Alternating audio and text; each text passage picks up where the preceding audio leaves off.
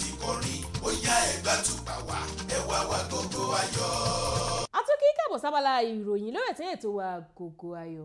Èmi ni Olúwaṣèyí Ògúnlẹ́yẹ. Ẹ gbọ́ kókó oníròyìn fún tòní.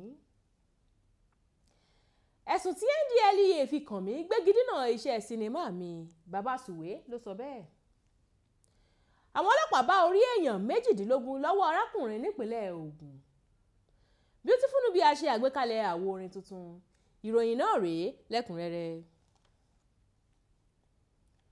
Nínú ìfọ̀rọ̀wérọ̀ kan tí gbajúmọ̀ òṣèré adẹ́rìn-pòṣónú ni Babátúndé Omídínà tí a mọ̀ sí bàbá Suwe ṣe pẹ̀lú àwọn oníròyìn, ó fi hàn wípé òun ò tí ì gba owó kankan lọ́wọ́ àjọ National Drug Law Enforcement Agency NDLEA gẹ́gẹ́ bí owó gbà má bínú fún ẹ̀sùn tí wọ́n fi kan òun, àti wípé ẹ̀sùn tí kò fẹsẹ̀ múlẹ̀ náà ti ba iṣẹ́ sinimá òun jẹ́ kọjá ààlà, ó sì ti mú kí ọ̀pọ̀lọpọ̀ àwọn ọ̀rẹ́ òun yẹra fún òun.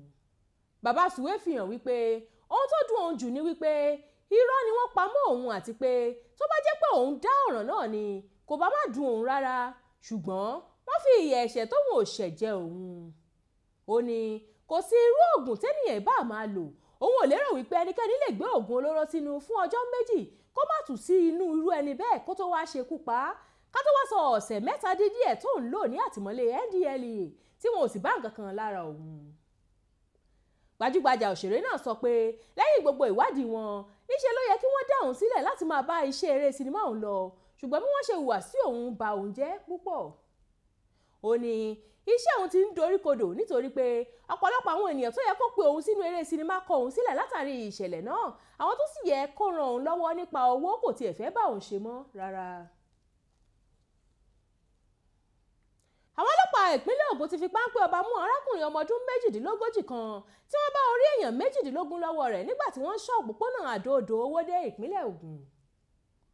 Agbẹnusọ fáwọn ọlọ́pàá ìpínlẹ̀ náà fi ọkàn àwọn ènìyàn balẹ̀ wípé gbogbo ẹnikẹ́ni tó bá mọ̀ nípa iṣẹ́ ibi náà ni wọn yóò gbé tí wọn yóò sì pè lẹ́jọ́ lẹ́yìn ìwádìí wọn tó ń lọ lọ́wọ́.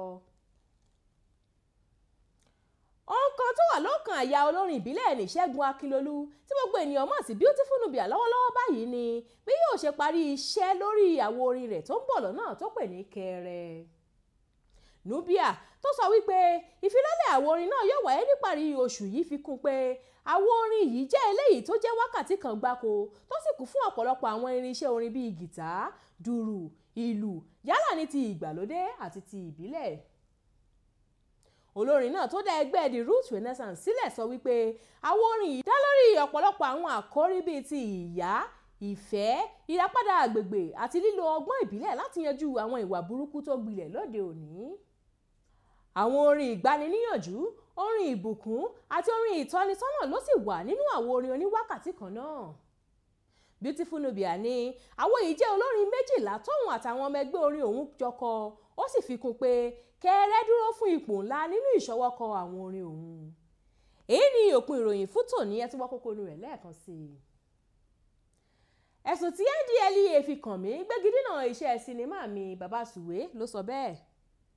Àwọn ọlọ́pàá bá orí èèyàn 18 lọ́wọ́ arákùnrin nípínlẹ̀ Ogun. Beautiful Nubia ṣe àgbékalẹ̀ àwo orin tuntun. Àwọn ìjọba lọ lórí abala ìròyìn lórí ètò wa Agogo Ayo fún tòní. Lẹ́ẹ̀kan sí èmi ni Olúwaṣèyí Ògúnlẹ́yẹ. Ètò ṣì ń tẹ̀síwájú, ẹ máa bá wa ká lọ. Ètò yìí ló ń rán wa létí èdè àtàṣà wa tó ṣe kókó.